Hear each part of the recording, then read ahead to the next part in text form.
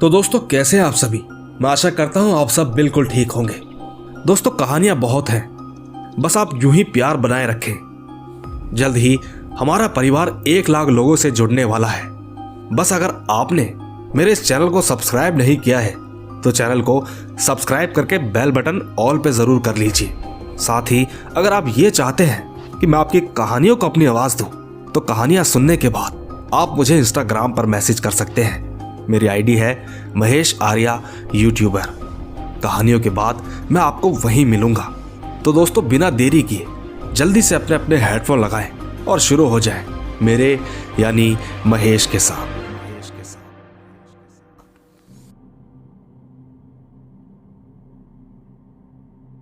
दोस्तों मेरा नाम अमित है। मैं सिलीगुड़ी वेस्ट बंगाल से हूं और ठीक आज जो कहानी मैं आप सभी को सुनाने जा रहा हूं जो कि मेरे साथ घटी एक सच्ची घटना है।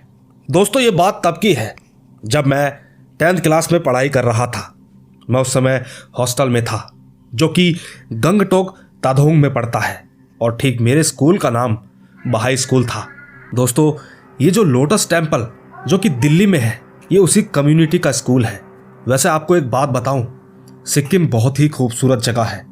यहाँ का कल्चर और लोग भी काफ़ी अच्छे हैं। यहाँ के मौसम का तो क्या ही कहना। मैं 10th में था तब मैं हॉस्टल में सीनियर था। वैसे तो हमारे हॉस्टल में डबल डेकर के बेड होते थे, पर सीनियर होने की वजह से हमने उसे सिंगल बना दिया था। मतलब उस समय 10th में सिर्फ 4 ही लोग थे। दोस्तों मुझे बचपन से ही पैरानॉर्मल चीज़ों में काफ़ी इंटरेस्ट था, खासकर कि पुनर्जीवन में। क्योंकि अगर आप सभी को पता होगा तो तिब्बती कल्चर में पुनर्जीवन का बहुत महत्व है। जैसे कि दलाई लामा का 14वां जन्म तो हम लोग कई सदियों से मनाते आ रहे हैं, तो मैंने भी ऐसा ही जानना चाहा। मेरा एक दोस्त था जो हॉस्टल में मेरे ही साथ था। उसका नाम आदित्य है। उसने मुझे अस्ट्रल ट्रैवल के बारे में बताया। उसने मुझे बताया कि कैसे हर इंसान सोने के बाद अपने सपने में जो कुछ भी कर सकता है और मरने के बाद जब आत्मा शरीर छोड़ती है तो उसे यह पता नहीं होता कि वो मर चुका है। और तो और आत्मा जिस भी चीज को देखती है उसी में उसका दूसरा जन्म होता है। ठीक उसी तरह जो सिद्ध पुरुष होते हैं उनको ये सब पता होता है कि वो अब मर चुके हैं, इसीलिए वो अपनी मर्जी से किसी का भी शरीर चुन सकते हैं। ठीक इसी तरह मैंने भी वो कार्य शुरू किया। वैसे मैं आप सभी को बता दूं कि ये कार्य करने में कोई सामान की जरूरत नहीं पड़ती, बस एक साफ सुथरा बेड और कमरे में एकांत होना चाहिए। लेकिन मेरे दोस्त ने मुझे एक बात बताई थी कि ये विधि से आप अपने सपने को कंट्रोल और याद तो रख सकते हो, पर अगर इस क्रिया को करते समय आप भटक गए तो परिणाम उल्टा भी हो सकता है। खैर दोस्तों, मुझे तो ये सब अपने एंजॉयमेंट के लिए करना था। जब मैंने क्रिया शुरू की थी तो 2 महीने तक तो सब कुछ ठीक था, पर इसके बाद मैंने ये महसूस किया कि रात में सोते वक्त मैं पहला जो भी सपना देखना चाहता था वो मुझे अक्सर दिखाई देता था। उस वक्त मुझे ये सब कुछ पता होता था कि मैं सपने में ही हूं। मैं ठीक उस सपने को कंट्रोल भी कर पाता था। इसी तरह जब मैं सुबह उठता तो मुझे रात का सपना याद रहता था। इसके बाद धीरे धीरे हर रोज मैं अपने सपने खुद ही डिसाइड करने लगा था। इसी दौरान मैं कुछ गलत तरीके भी अपनाने लगा जिसका परिणाम मुझे बेहद जल्दी पता लगने वाला था। इसी तरह एक रात की बात है, मैं रात को अपनी सारी क्रियाएं करके सोने के लिए चला गया था, लेकिन आधी रात को मेरी नींद टूट गई। जब मेरी आंख खुली तो मेरी नजर बेड के पास रखी अलार्म घड़ी पर पड़ी। उस वक्त रात के 3 बज रहे थे।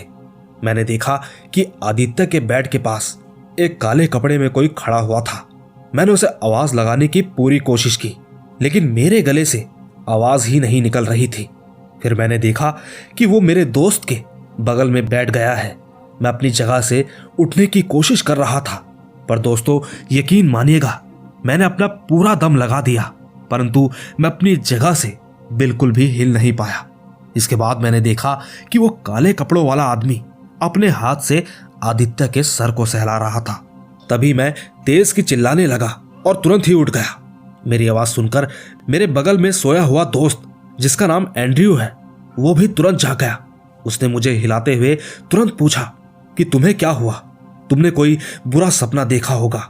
दोस्तों मैं चुपचाप बैठा रहा उस वक्त मैं पसीने में डूब गया था, वो भी गंगटोक जैसी जगह जहां साल के 12 महीने ही हम सभी लोग कंबल ओढ़ते थे। मैंने अपने दोस्त को कोई जवाब नहीं दिया। मेरी नजर सीधा आदित्य के बेड पर गई, लेकिन उस वक्त वहां पर कोई भी नहीं था। फिर मैंने अलार्म घड़ी की तरफ देखा। उस वक्त 3:15 हो रहे थे। मैं तुरंत उठकर आदित्य के बेड के पास गया। उसके पास पहुंचकर मैंने पाया कि आदित्य तो गहरी नींद में सो रखा था। फिर मेरी नजर वहां पर गई जहां पर मैंने उस काले कपड़े वाले आदमी को देखा था। सच कहूं तो मैंने देखा कि वहां पर ऐसा लग रहा था कि मानो अभी अभी कोई बैठ के उठा हो। दोस्तों, उस समय तो मैंने किसी को कुछ भी नहीं बताया। मैं बस यही सोचता रहा कि हो सकता है कि मुझे सोते समय स्लीप पैरालिसिस हो गया होगा, क्योंकि मुझे इन सब के बारे में पता है। दोस्तों, यही सोचते सोचते सुबह के 5 बज गए। दोस्तों, गंगटोक की सुबह जल्दी होती है। मैं तुरंत ही कमरे के बाहर कॉरिडोर में चला गया। कॉरिडोर के ठीक सामने एक माउंटेन था जहां पर सूरज की किरणें चोटी को सोने की तरह लाल कर रही थी। इसके कुछ ही देर बाद आदित्य भी उठ गया। मैंने उसे रात की सारी बात बताई।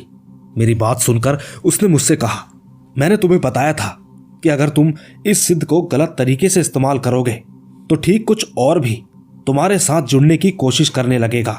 बेहतर यही होगा कि तुम ये सब चीजें करना ही बंद कर दो। दोस्तों, आदित्य की बातों ने मुझे अंदर तक हिला दिया था। फिर मैंने ये सब भूलकर अपनी जिंदगी पर फोकस करने लगा। ऐसे ही 2 महीने बीत गए थे। फिर एक दिन अचानक आदित्य की मौत हो गई। दोस्तों, हैरानी की बात तो ये थी कि उसकी मौत के बारे में किसी को भी कुछ भी नहीं पता था। स्कूल के बाद वो डॉर्मेट्री में गया था। वो वहां पर लगे एक बेड पर सोया हुआ था। वैसे ये काफी शॉकिंग था, पर इसके बावजूद भी मैंने अस्त्रल ट्रैवल के बारे में और ज्यादा पता किया।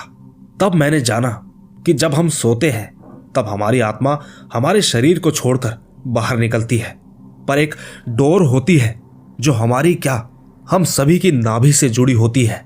इसी को सबकॉन्शियस स्टेट कहते हैं। दोस्तों, जब मैं ये विधि सीख रहा था तब मैंने कुछ ऐसी जगह जाने की कोशिश की थी जहां पर हमें भूलकर भी नहीं जाना चाहिए। शायद एक यही कारण था वो चीजें मेरे सामने हकीकत में होने लगी थी। दोस्तों, इस कहानी के जरिए से मैं आपसे बस इतना ही कहना चाहता हूं कि आप गलती से भी इन चक्रों में बिल्कुल मत पड़ना, क्योंकि इससे आपका फायदा तो बिल्कुल भी नहीं होगा, उल्टा नुकसान बहुत ज्यादा हो सकता है। बस इतनी ही थी मेरी ये कहानी। दोस्तों, ये थी अमित की कहानी। वैसे इनकी कहानी काफी इंटरेस्टिंग थी।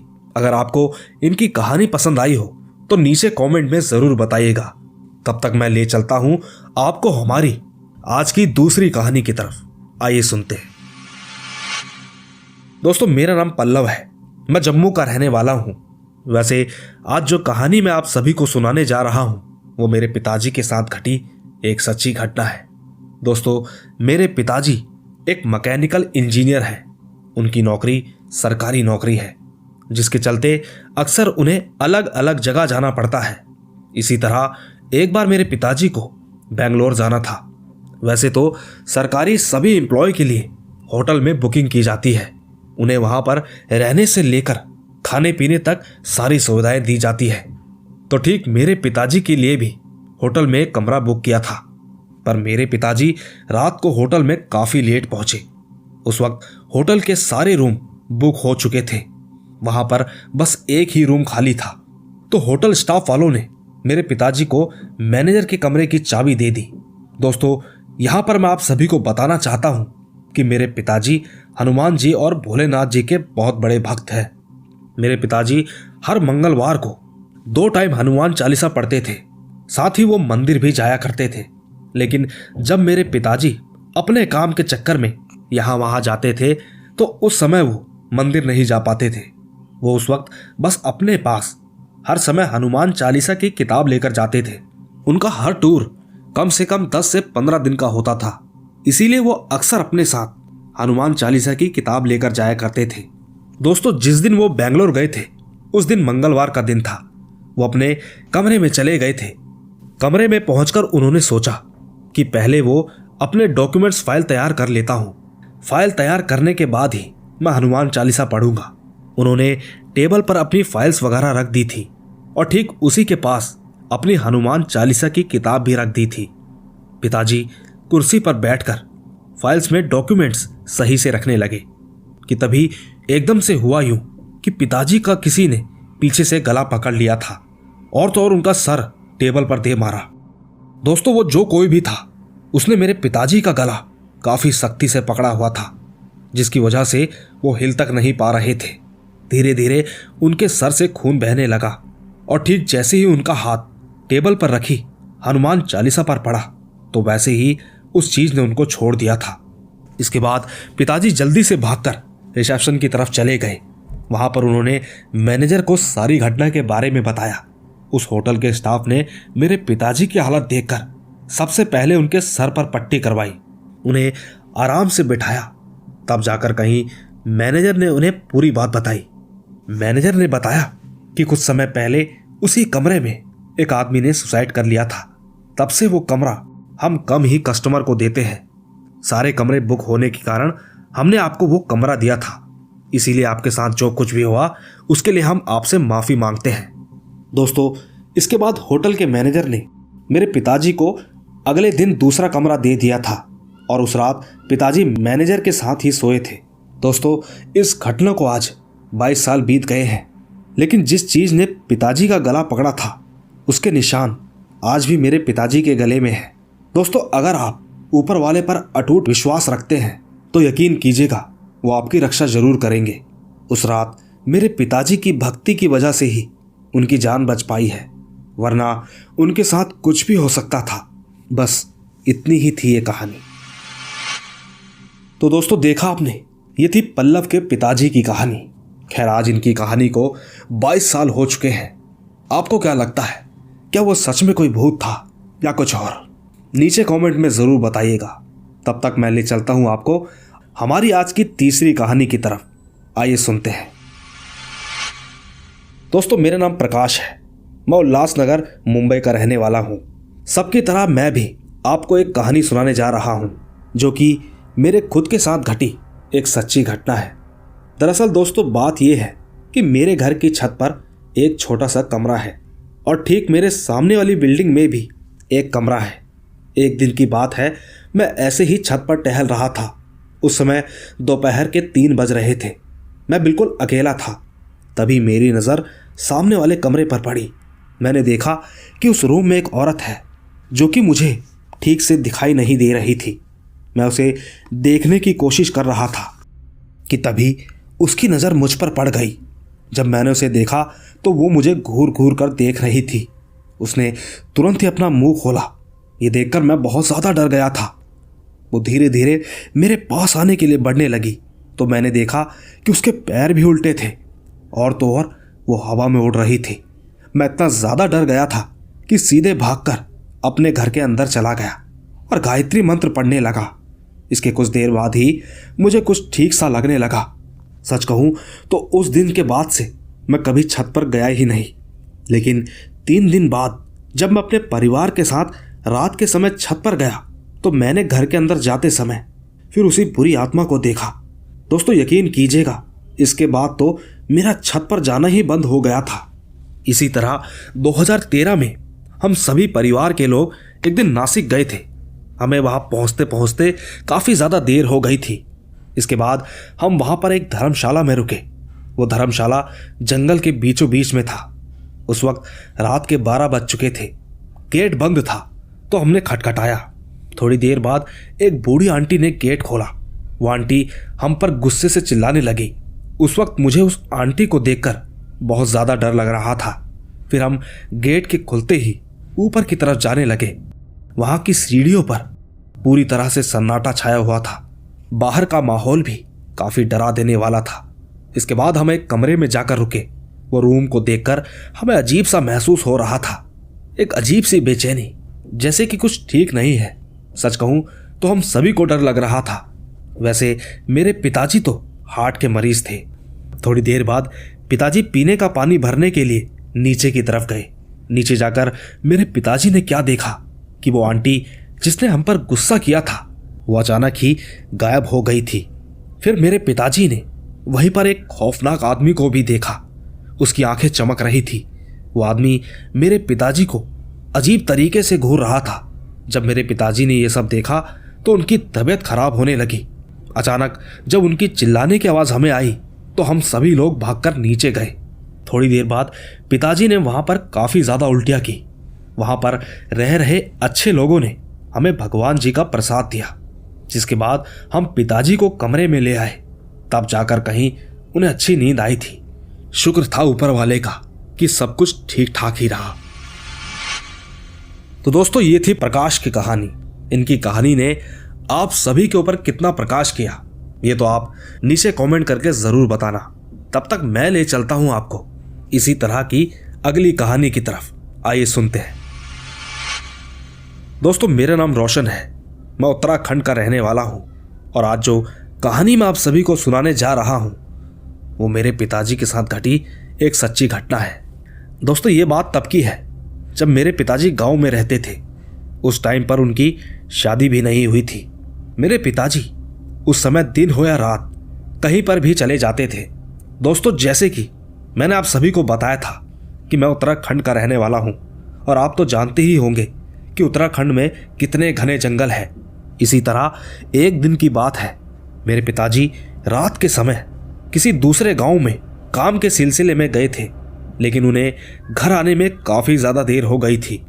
उन्हें उस गांव के लोगों ने कहा कि आज यहीं रुक जाओ, मगर पिताजी ने कहा कि नहीं, मैं अपने घर ही जाऊंगा, ऐसी कोई दिक्कत वाली बात नहीं है। दोस्तों, उस समय मेरे पिताजी काफी निडर थे। रात को लगभग 2 बजे के आसपास वो एक जंगल वाले रास्ते से आ रहे थे। तभी उन्होंने देखा कि उस रास्ते पर एक बिजली का पोल था जिसकी लाइट काफी तेज थी। वो पोल देखने में बहुत ऊंचा था। फिर मेरे पिताजी ने अपनी गढ़वाली भाषा में बोला कि आप जो कोई भी हो, मुझे यहां से जाने दो, मैं सिर्फ अपने रास्ते जा रहा हूं। इसके बाद पिताजी ने एक बीड़ी जलाई और वहीं पर बैठ गए। थोड़ी ही देर बाद पिताजी ने अपने घर के देवता को याद किया। फिर उस लंबे से रास्ते में खड़ी लाइट को बोला कि यहां से चली जाओ, मैं बस अपने काम के लिए आया था और अब सीधा अपने घर जा रहा हूं। मेरे घर का रास्ता भी यहीं से गुजरता है। दोस्तों, उनके इतना कहते ही वो लाइट बेहद ही तेजी से वहां से गायब हो गई, जिसके थोड़ी देर बाद ही सब कुछ एकदम नॉर्मल हो गया था और पिताजी भी सुरक्षित घर पर चले आए थे। वैसे दोस्तों, उत्तराखंड के किस्से बेहद ही डरावने होते हैं। ये किस्सा भले ही छोटा हो लेकिन बिल्कुल सच्चा है। तो दोस्तों, ये थी रोशन की कहानी। दोस्तों, उत्तराखंड में ऐसा होता है। बाकी छलावों को तो आपको पता ही है, वो इंसान को बेवकूफ़ बनाने में बड़े ही माहिर होते हैं, पर वो बड़ों की ताकतों को नहीं समझते। कहते हैं कि इंसान ही एक ऐसी चीज़ है जिससे कि हर कोई चीज़ डरती है। बाकी आपको इनकी कहानी कैसी लगी नीचे कमेंट में ज़रूर बताइएगा। साथ ही जाने से पहले मैं आपको एक छोटा सा किस्सा और सुनाई दिए चलता हूँ। आइए सुनते हैं। दोस्तों, मेरा नाम राहुल सिंह है और आज जो कहानी मैं आप सभी को सुनाने जा रहा हूं वो मेरे बड़े पिताजी के साथ घटी एक सच्ची घटना है। दोस्तों, ये बात 6 साल पुरानी है। मेरे बड़े पापा आसाम के जंगलों में एक ऑफिसर का काम करते थे। इसी तरह एक दिन देर रात तक वो जंगल में ही थे। इसी बीच उन्होंने कुछ जंगली जानवरों की चिल्लाने की आवाज़ सुनी, जिसके बाद वो अपनी बंदूक लेकर उस आवाज़ के पीछे जाने लगे। चलते चलते उनकी नज़र एक आदमी पर पड़ी जो कि उनसे थोड़ा दूर था। वो देखने में 13 फीट लंबा था। उस वक्त उसके सर से लगातार खून बह रहा था। वो ठीक कुछ पेड़ के पत्तों को अपने सिर पर लगा रहा था। उस वक्त वो दर्द से चिल्ला भी रहा था। उस आदमी को देखकर मेरे बड़े पिताजी काफी ज्यादा डर गए थे। थोड़ी देर बाद जब मेरे बड़े पिताजी अपने दोस्तों को बुलाने के लिए गए ही थे कि वो आदमी उनकी आंखों के सामने से अचानक ही कहीं गायब हो गया था। साथ ही पिताजी का यह भी कहना था कि हो ना हो वो किसी ना किसी की आत्मा ही थी। तो दोस्तों, यही थी हमारी आज की कहानियां। उम्मीद है आपको ये कहानियां जरूर पसंद आई होगी।